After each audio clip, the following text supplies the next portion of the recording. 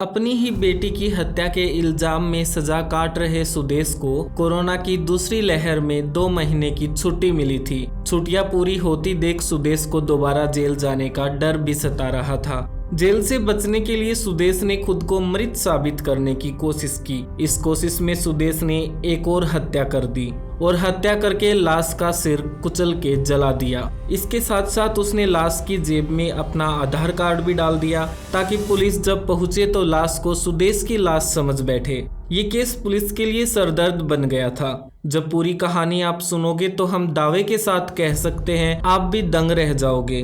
घटना है दिल्ली के इंदरपुरी की। एक मनीष नामक शख्स लोनी बॉर्डर के थाने में जाता है और पुलिस को सूचना देता है कि उसके घर के सामने पड़े खाली फ्लैट में एक लाश है। थाने में मौजूद सभी पुलिस वालों के होश उड़ गए। आनन फानन में जाके देखा तो मामला बेहद संगीन था। एक लाश जिसका सर बुरी तरह से जल चुका है और बाकी का शरीर बिल्कुल ठीक। पुलिस के सामने चुनौती थी कि लाश की पहचान कैसे हो, क्योंकि सर तो पूरी तरह से कुचला और जला हुआ था।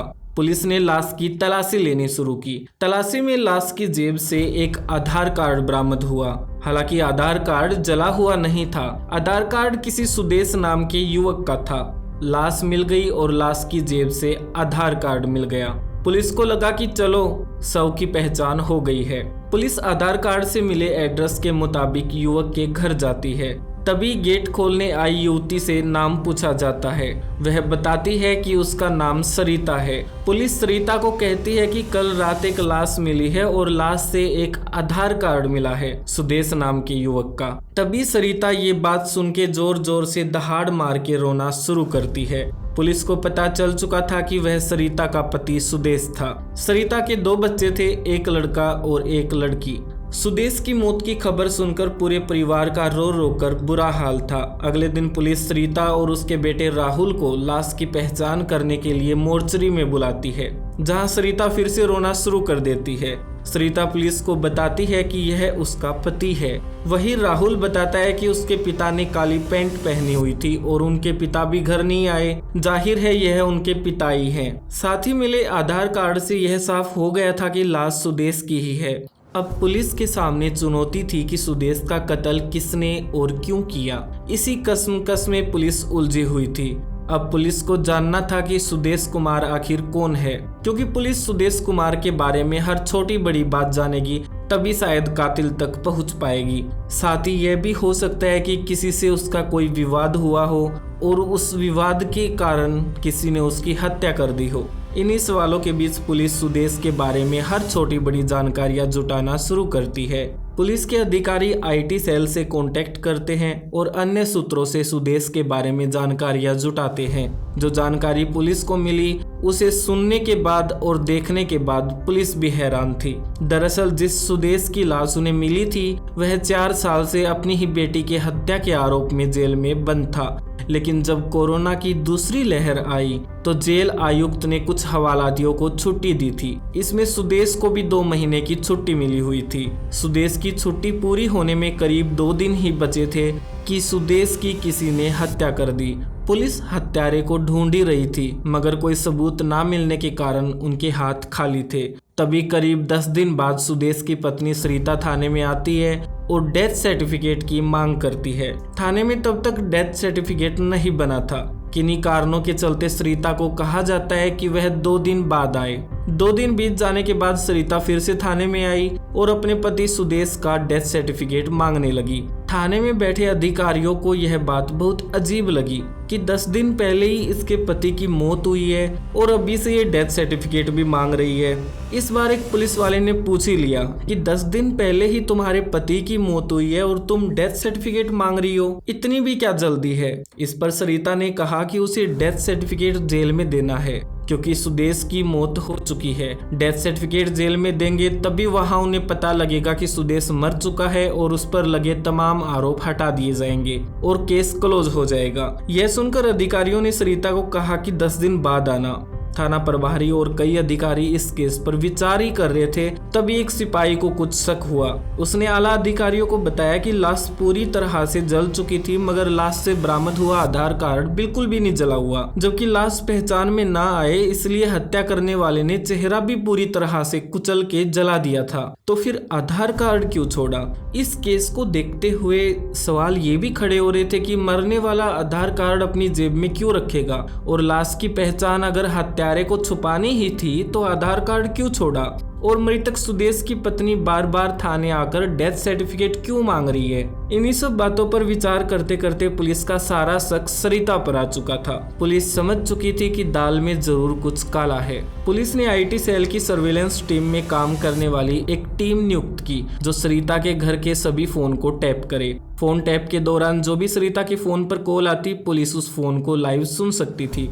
इसके साथ साथ पुलिस ने इंदरपुरी के जिस फ्लैट से लाश बरामद की थी, वहां आसपास मौजूद रोड पर लगे कैमरों को भी खंगालना शुरू किया। इस पर जो पुलिस को मिला वह हैरान करने वाला था।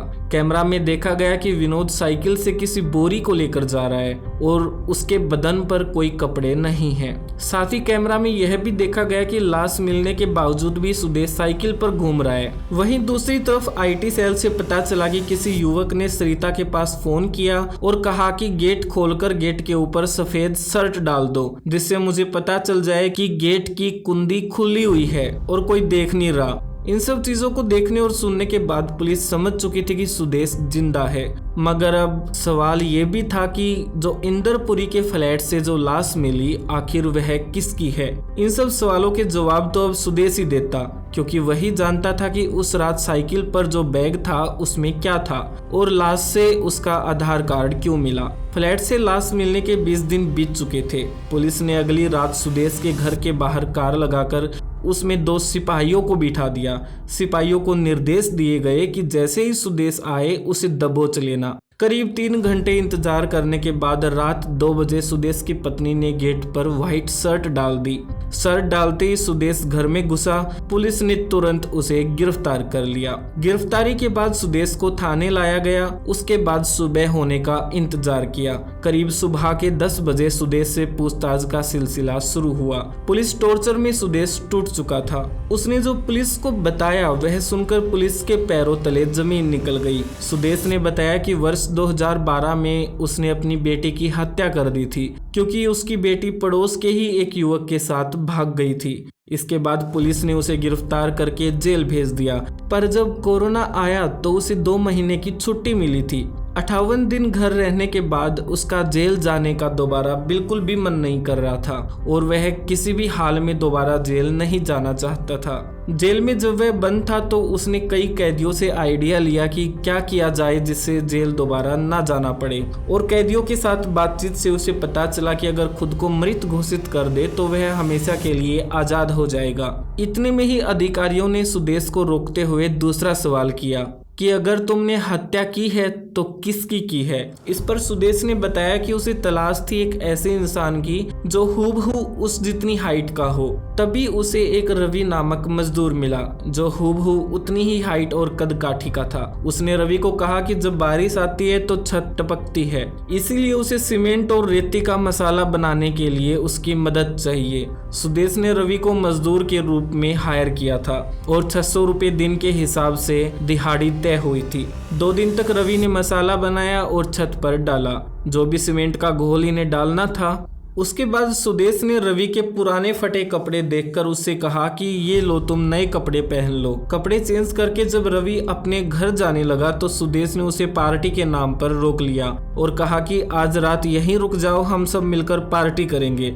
सुदेश की पत्नी सरिता ने रवि के बड़े बड़े पैग बनाने शुरू कर दिए, जिसके कारण रवि को नशा ज्यादा हो गया। इसके बाद सुदेश ने अपने पास पड़ी एक रोड को उठाया और रवि के सर में दे मारी। सर पर कई वार करने के कारण चारों तरफ घर में खून फैल गया था। सुदेश ने रवि को बड़े पॉलिथीन में पैक किया। तब तक सरिता ने पूरे घर को साफ किया। घर को इस कदर साफ कर दिया गया था कि कोई भी खून की एक बूंद नहीं ढूंढ सके। इसके बाद सुदेश रवि को साइकिल पर लादकर इंदरपुरी के उस खाली सुनसान पड़े फ्लैट में लेकर गया और वहां रवि के सर पर और कई सारे वार किए। और लाश के सर को जला दिया ताकि शव की शिनाख्त ना हो सके। रवि की पैंट में खुद का आधार कार्ड भी डाल दिया ताकि पुलिस को जब लाश की खबर मिले और लाश की तलाशी ली जाए तो आधार कार्ड बरामद हो और पुलिस ये मान बैठे कि सुदेश तो मर चुका है। सुदेश से अधिकारी पूछते हैं कि तुम्हारा और क्या प्लान था। इस पर सुदेश बताता है कि वह कुछ ही दिन में परिवार के साथ दिल्ली से दूर चला जाता और हमेशा के लिए आजाद हो जाता। पूरा सच जानने के बाद पुलिस ने सुदेश और उसकी पत्नी सरिता को गिरफ्तार करके कोर्ट में पेश किया, जहां से उन्हें जेल भेज दिया गया। फिलहाल दोनों पति पत्नी जेल में बंद हैं और अपनी सजा काट रहे हैं। जहां सवाल है अब इनके आजाद होने का, तो कानून के जानकारों का कहना है कि सरिता को आने वाले 3-4 साल में बेल मिल जाएगी, पर वहीं सुदेश को उम्र कैद होने के पूरे चांस हैं। इस केस पर आपकी क्या राय है, कमेंट में हमें जरूर बताइएगा। क्या सुदेश के साथ जो हुआ वो ठीक हुआ? चैनल पर नए हो तो सब्सक्राइब जरूर कर दीजिएगा ताकि ऐसी और कहानियां आप तक पहुंच पाए। खुद का ध्यान रखिएगा, खुश रहिएगा। मुझे अब जाना होगा, फिर मिलते हैं किसी नए केस के साथ। तब तक के लिए बाय।